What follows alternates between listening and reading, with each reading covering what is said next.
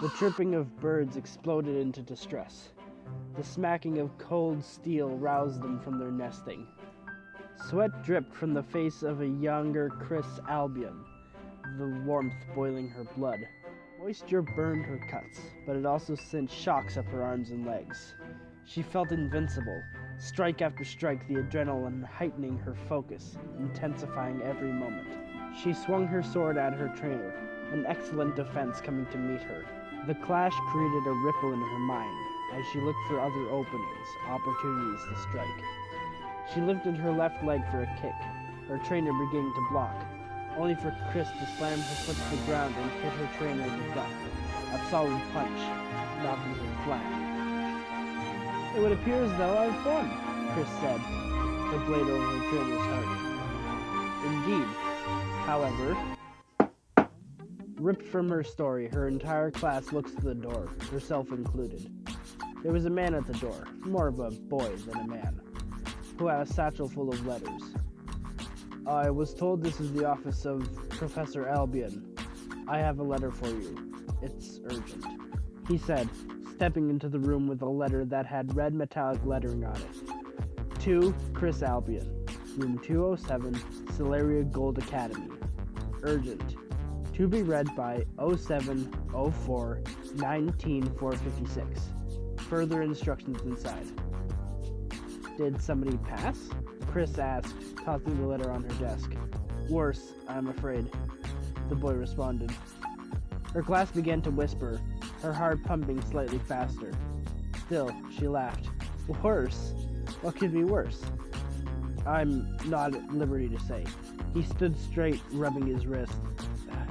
She thought, that means it could be one of four things. None of them good.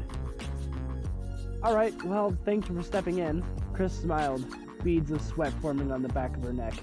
"Sorry to interrupt," he bowed as he exited. Krys turned back to her class. They were staring at her like she'd been sentenced to death. She hoped that wasn't what was written on the letter. So, the point of the earlier story was intended to show you that real-world self-defense is more than just knowing how to fight. I hadn't been paying attention to my surroundings, and a snake bit my ankle, poisoning me.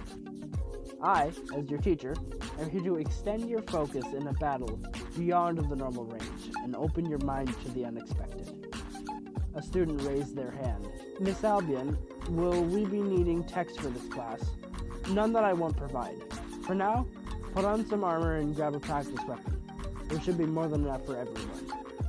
Despite the tension of the man being gone, her heart still thumped. She cursed in her mind. Her class got up and began trying on armor until they found all the right fit. Then began the weapons. They all picked one from the wall, felt its weight, gave it a swing, then traded until they were satisfied. The whole ordeal lasted around 30 minutes, and in that whole time, she never calmed down. Her veins were burning in an entirely different way than they had all those years ago. Krys arrived at home and dropped her bag at the door. She didn't know what she was going to do.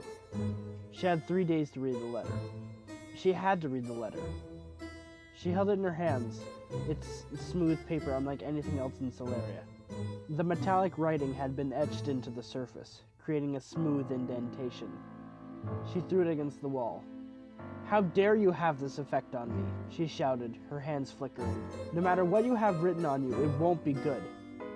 "Hey, Krys, it seems like you did something bad, so we're going to execute you." Or, "Hey, Krys, we're repossessing your house and sending you back to your old home."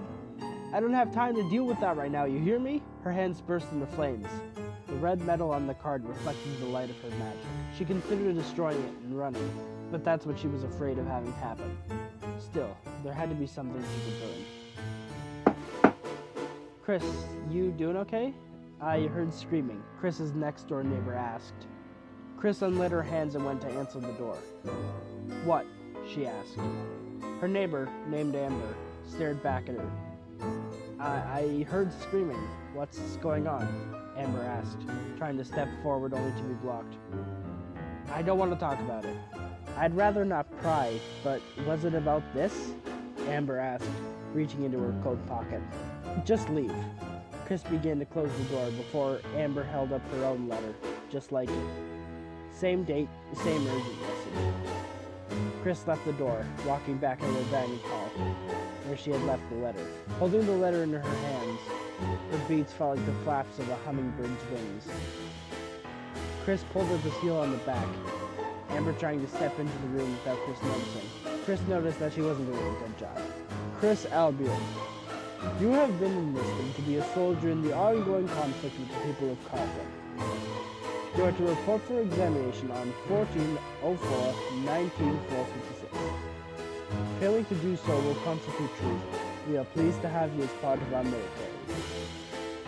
The letter then listed the location she was expected to go to for examination. The main army barracks in central Solaria. Krys swallowed hard. Her knees grew weak, her stomach uncomfortably heavy. She'd had 4 things on her list. War hadn't been one of them. So I'm coming off a little bit of a cold today. I'm not a fucking YouTuber. I shouldn't be doing an end card. Anyways. Fuck. So, I get the feeling that there's only going to be like a handful of people listening to this first broadcast. But to those who are, welcome. I hope you enjoyed. I hope my voice acting wasn't terrible. This is my first stab at doing anything like this. I've done public speaking before, but I've never done voice acting with multiple characters involved, much less have ever gotten any kind of feedback on such an experience. So if you want to let me know how I did, feel free. Any method works. It doesn't really matter. I did all of this recording in around 40 minutes, and I got maybe like 5 minutes of audio out of it. This is probably going to constitute a lot of the audio, actually, which is really sad. But, oh, that was my knuckle. I was so sorry. I am going to figure out the rest later. Planning on buying a new microphone, so that'll be fun. Because right now I'm just using my phone and my headphones, so it probably sounds like utter garbage. Not to mention I have no noise cancellation, so that's also good. God, I need to stop wasting time. Anyways, I'm gonna sign off and hopefully get this video edited before I go to bed. So yeah, bye.